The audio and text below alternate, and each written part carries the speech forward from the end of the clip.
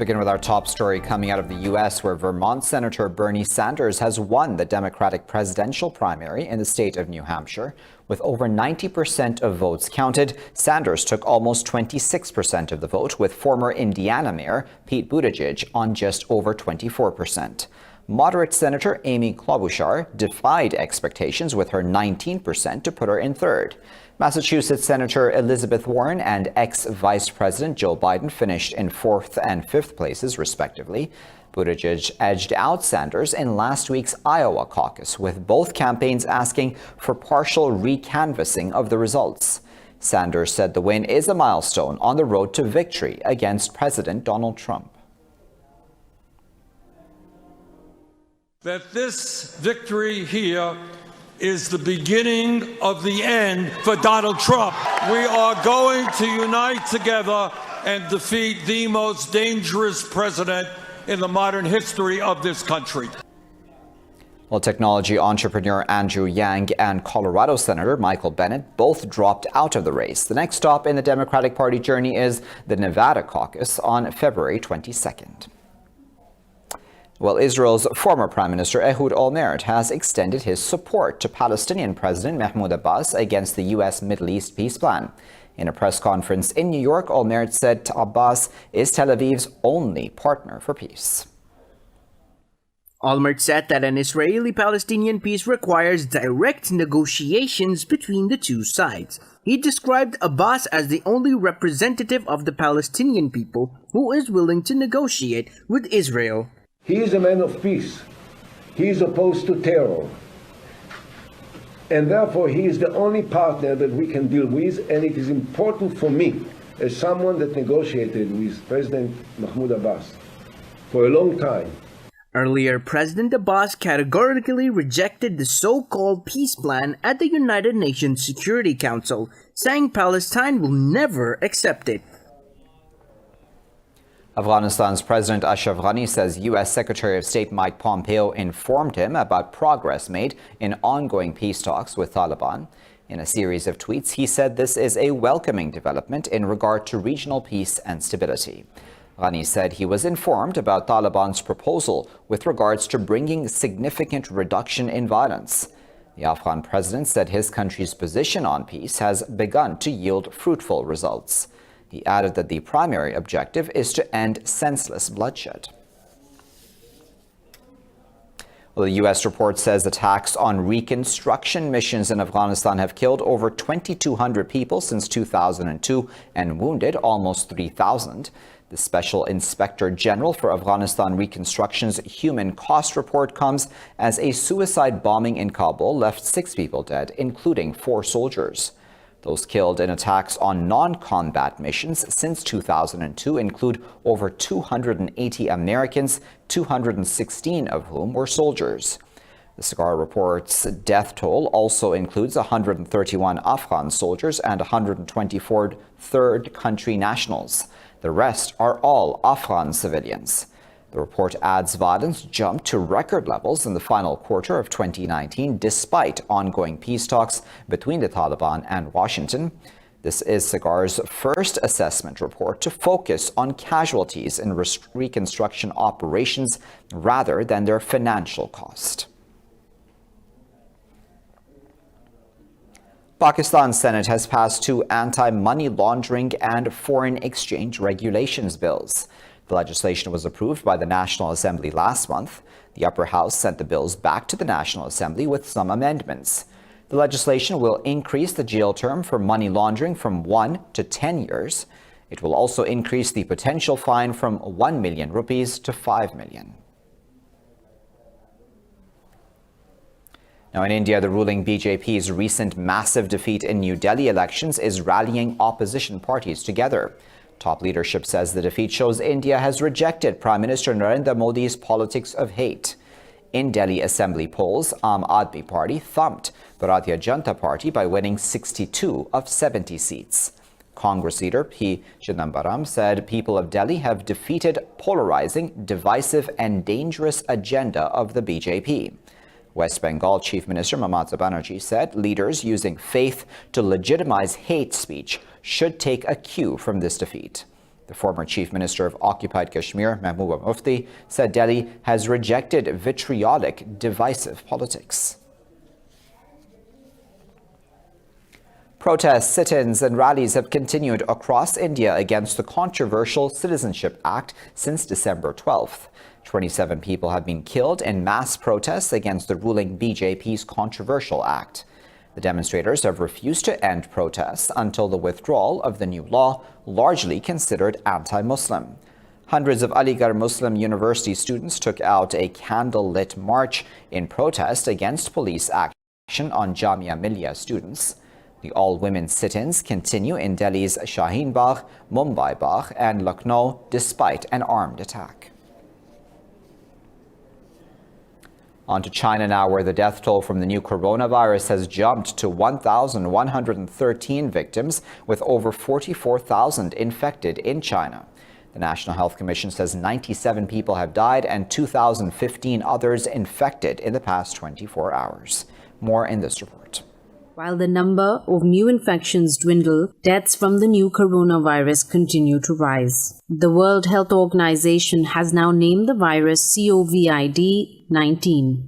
The head of the WHO, Tedros Adhanom Ghebreyesus, says viruses could have more devastating consequences than any terrorist action. We had to find a name that did not refer to a geographical location, an animal, an individual or group of people, and which is also pronounceable and related to the disease. Having a name matters to prevent the use of other names that can be inaccurate or stigmatizing.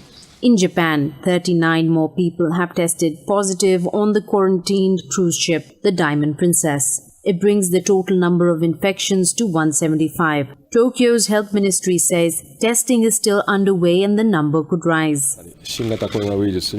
Yesterday, we have found one official who had been quarantining on the cruise ship infected with the new coronavirus. This official was collected questionnaires from passengers on board. With the virus spreading to 28 countries, several nations have evacuated their citizens from China, while others are becoming wary of trading with the country. White House National Security Advisor Robert O'Brien says the outbreak could affect the implementation of the Phase 1 trade deal. Let's remain on topic. The EU says it will host an extraordinary meeting of health ministers tomorrow to discuss the novel coronavirus outbreak. The European Commissioner for Crisis Management says the conference will discuss the spread of the disease and the bloc's response. Meanwhile, a meeting of hundreds of top scientists is underway at the UN headquarters in Geneva to contain the spread of the disease. Earlier, WHO Director General Tedros Adhanom Ghebreyesus said the virus outbreak is public enemy number one. In other news, Britain has asked the UN Security Council to vote on a resolution supporting a ceasefire in Libya today. The vote will be the first binding text adopted since fighting flared in April last year. The vote will be the first binding text adopted since fighting flared in April last year. Last week, a draft resolution on Libyan ceasefire was also presented in the Council, but it was rejected by Russia. Moscow blocked the draft due to inclusion of the word mercenary in the text. Meanwhile, the Libyan parliament has called on the UN's Libya mission not to put the constitution draft up for discussion in future talks. The parliamentarians said neither the UN nor any other body have the right to approve or reject the constitution.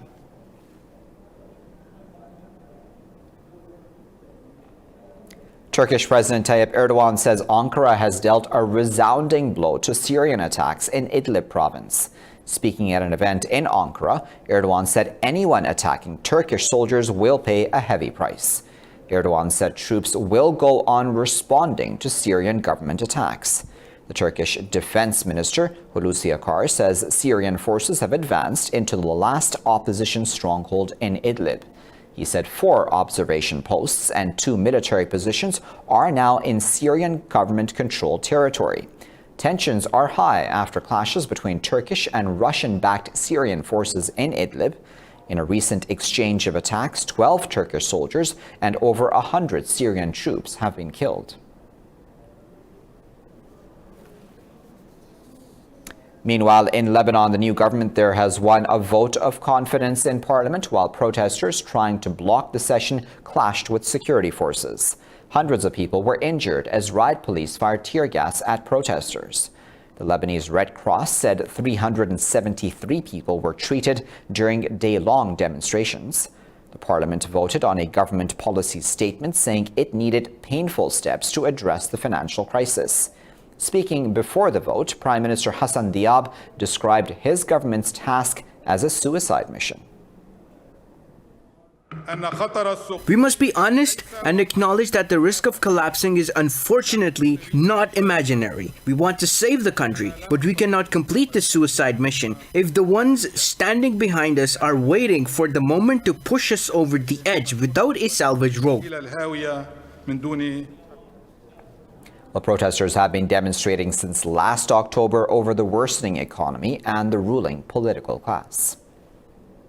On to Iraq now, where cleric Muqtada al-Sadr says he is dissolving his Blue Caps unit of organized protesters.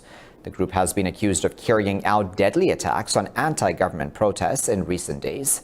Sadr had first backed the popular rallies demanding a government overhaul when they appeared in October.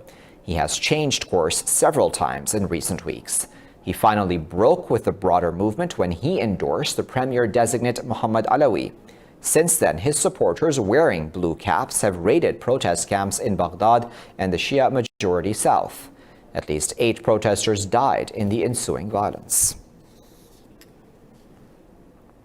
Yemen says the UN aid operation for the war-torn country is under severe threat, with obstructions from Houthi rebels.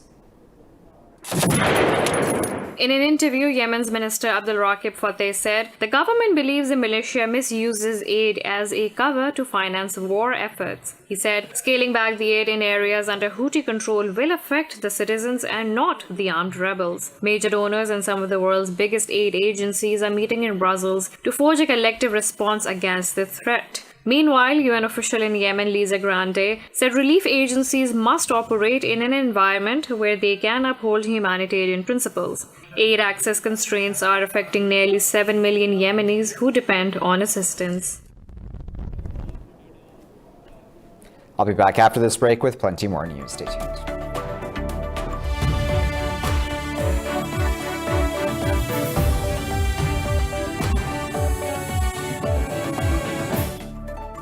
Welcome back. Now, the UN Food and Agricultural Organization says Ethiopia, Somalia, and Kenya face an unprecedented threat to their food security.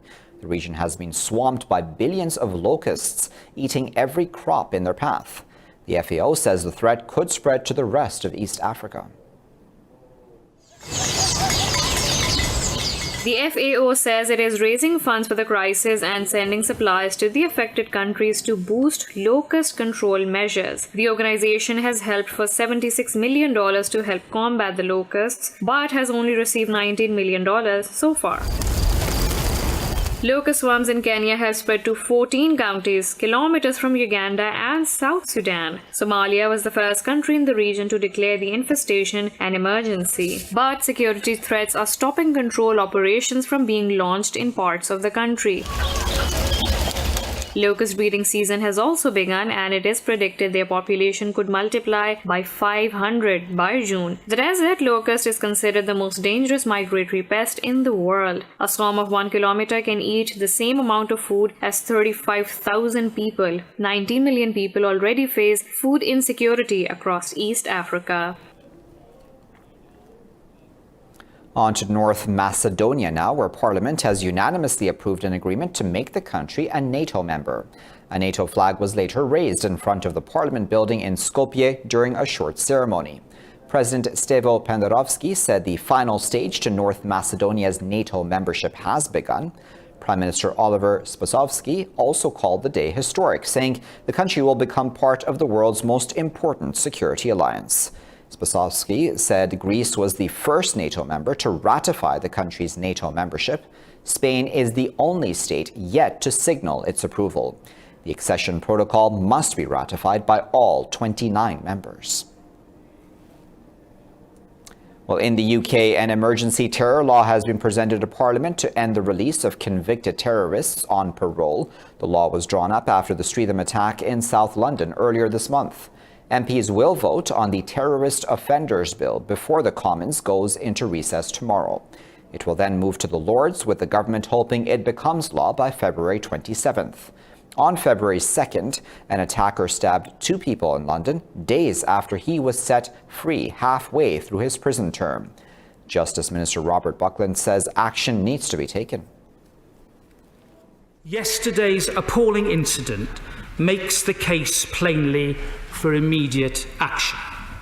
We cannot have the situation, as we saw tragically in yesterday's case, where an offender, a known risk to innocent members of the public, is released early by automatic process of law.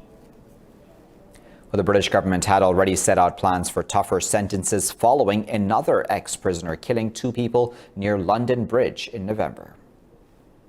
Well, the death toll from Storm Kira, which is battering Europe, has risen to 7 on its journey east. The storm has closed transport and left hundreds of thousands without power. In northern France, the storm cut power to 130,000 homes. 35,000 households in northern Austria have also been left without electricity. Over 700 flights in 4 German cities, including Frankfurt and Dusseldorf, have been cancelled. Storm Kira, called Storm Sabine in parts of Europe, has forced schools to close across Belgium, Germany, and the Netherlands. Last weekend's mass shooting in Thailand was the second terrorist attack in recent history to be live streamed on Facebook. The social media giant rapidly disabled the gunman's account, but the incident still appeared on people's feeds as terrified hostages pleaded for help online. More in this report.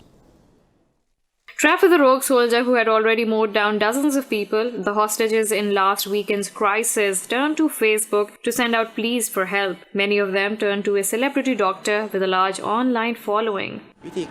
People trapped inside the mall checked the news and didn't know what to do. So they sent messages to our inbox, and we are the admin of a Facebook page with a large following. At first, it was only 2 or 3 people. So we passed on the information to the Crime Suppression Division, and that's how the police found people.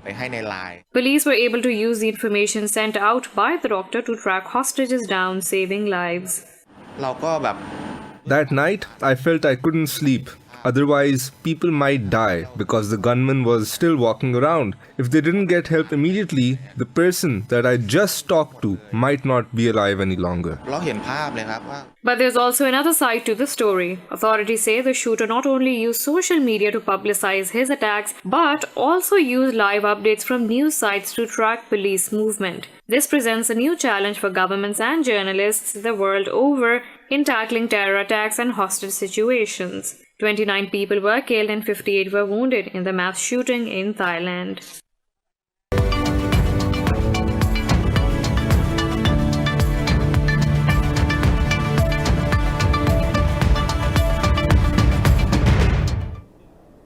The EU's chief Brexit negotiator, Michel Barnier, says London and Brussels will lose privileged access to each other's financial markets when the transitional period expires. Speaking in Strasbourg, Barnier said equivalence regimes governing relations with foreign partners on specific financial sectors would remain under the EU's control. Michel Barnier added the EU alone would decide whether to grant or withdraw equivalences from Britain. Following Brexit, the EU finds a potential financial competitor at its doorstep. Thus, Brussels is keen to maintain control of equivalence regimes, which it can currently revoke. However, Britain is pushing for a more jointly controlled system. The EU Parliament in Brussels is due to vote on a resolution backing the European Commission's negotiating mandate on Wednesday. Stock markets across Asia are trading higher as investors lose their coronavirus fears. Investors have created momentum with underpriced stocks that offer fresh opportunities. Hong Kong's Hang Seng is trading over 1% higher. The Shanghai Composite and Seoul's Kospi each gained over 0.5%, pairing early losses. Tokyo's Nikkei 225 picked up over 0.5%, with shares of index heavyweight SoftBank Group leaping over 12%. In commodities, the international Brent crude price has surged nearly 2% as the slowdown in COVID-19 cases eases the demand for fuel.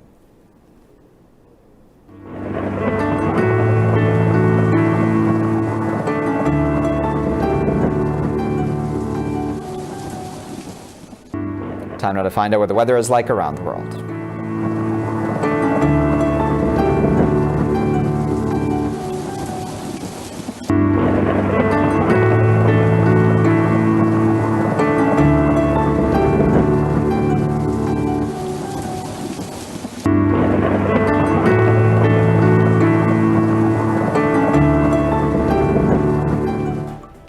And there you have it. You're all caught up. Thank you for watching this bulletin here on Indus News.